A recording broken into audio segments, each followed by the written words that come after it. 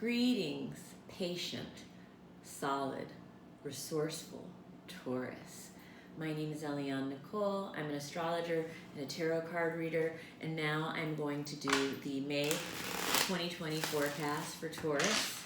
And I'm going to read the tarot cards, and then I'm going to talk a little bit about planetary transits afterwards.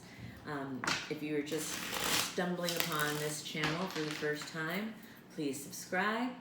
I do monthly forecasts for all the signs, and you should watch the videos for your sun, moon, and rising sign.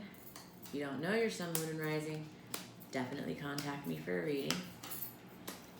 Everyone should have their chart done at least once in life.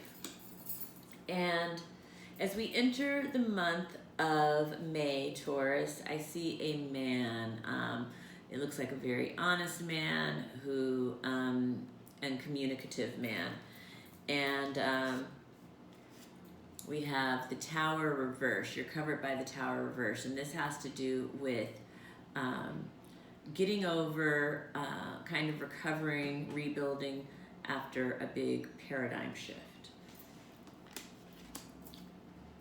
You were crossed by the Wheel of Fortune. This is fate, destiny, the cycles of life, an unexpected twist of events. The basis is the Page of Rods reverse. So this could be for Tauruses who have children. This could be one of your children.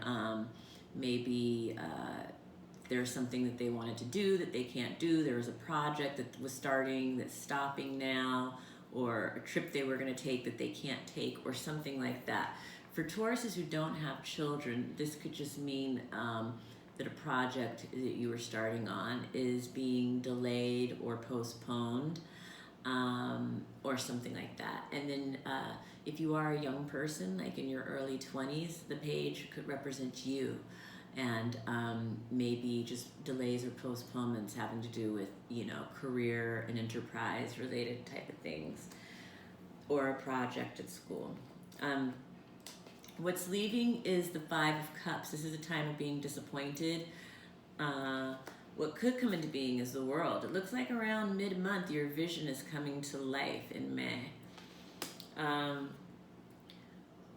What will come into being, the Ace of Rods reverse. So this is someone taking an offer back, possibly. It can also be just delays in starting something new, something like that. And fears or insecurities, the Six of Pentacles reverse. This has to do with a financial distribution. Perhaps someone is feeling like they're not getting their fair share in a financial disbursement or a financial negotiation or a contract even. Others see you as the Seven of Swords, having a secret, being sneaky about something. Positive feelings is the Knight of Cups reverse. So this is a man, he's out of alignment romantically perhaps. Maybe he's not feeling well. Maybe he is emotionally something unavailable. I don't know, but you have positive feelings about this man. And for Taurus men, this may be you, but you feel good. Maybe you're not feeling romantic. Maybe you're not feeling creative, but you're still feeling good. And then the outcome is the Eight of Swords, and that's the end of the month. And it looks like Taurus is feeling trapped about something or anxious about something as May comes to a close. And I wanted to let you know that it's a second house dominant month for Taurus and the planets, because there's a lot going on in Gemini. So for Tauruses Taurus rising personality in particular, it's a second house dominant month. But for all Tauruses, it's a Gemini dominant month, that's all about communication. And May 5th, the true node moves into Gemini. It's been in Cancer for the past year and a half, so the collective, there's a collective shift that's happening right now. It's a great time to get a reading. We can look at specifically where these nodes are moving in your chart. It's the North Node in Gemini, which is all about Dharma and higher purpose, and the South Node in Sagittarius, which is about karma and what we're letting go of. And it affects us collectively And then individually, it manifests in different ways. And that's why getting a chart reading is so fascinating, because you can see both levels of kind of where we're going as a culture and society, and how that's impacting you and your life and your journey. So, yeah, May 7th is the full moon of Scorpio, and it's a very psychic full moon. It's a very sexy full moon. It's a very deep, profound full moon, and it's a great time to get a reading because it is such a psychic full moon. And Scorpio rules mysteries and the occult and the unseen and the other side. And 3 planets, I forgot to mention, 3 planets go retrograde in May, which is significant. And there are 4 planetary ingresses.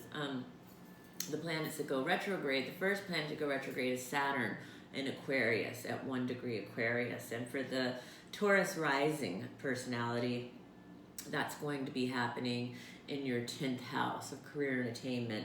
That would be facing some realities in that area. And if you don't know your rising sign, contact me for a reading.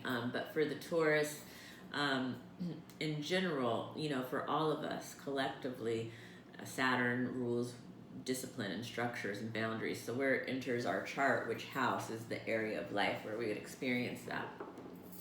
And Mercury moves into Gemini May 11th. This is a good time for communication. This is a good time. May 11th through, May 28th is a really excellent time for writing, for communicating, for talking, for corresponding, for all of that kind of stuff, for learning.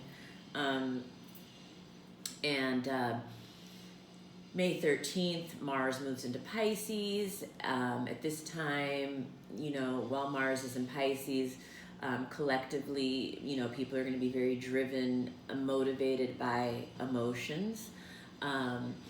Venus goes retrograde in Gemini May 13th. Venus is the planet of romance and relationships, and so Venus goes retrograde about every year and a half, much less often than Mercury goes retrograde. But when Venus goes retrograde, relationships often are under review in some way. Gemini is the sign of communication, and so it's probably going to be a time where people need to communicate with their partners in a way, maybe stuff from the past or unresolved issues coming up onto the table to be reviewed and resolved during the Venus retrograde period in Gemini. And May 14th, Jupiter goes retrograde in Capricorn. That's at 27 degrees Capricorn. For the Aries rising person, that would be in your 9th house of learning, education, spirituality, religion, higher truth. But for the, I'm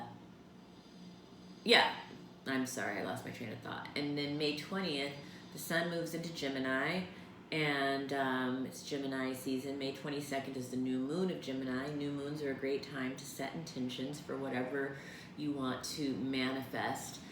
The new moon of Gemini is the writer's new moon. It's if you have anything that you want to write or set intentions around, this is a perfect time to do that. The universe will be really supporting you and seeing that through to manifestation. If there's anything that you need to talk to somebody about or communicate about, it's great times to set intentions around that. It's great times to set intentions around learning and also anything to do with the siblings. So all of that is the new moon of Gemini. And May 28th, Mercury moves into Cancer at the end of the month. And when Mercury moves into Cancer, communication can become of an emotional nature at that time. So that is the broad overview. If you liked it, give me a like. If you didn't like it, give me a don't like. If you haven't already, please subscribe. Please follow me on Instagram at astrology.tarot.eliannicole. I do updates and posts there throughout the month. And thank you for joining me. Have a wonderful May, Taurus.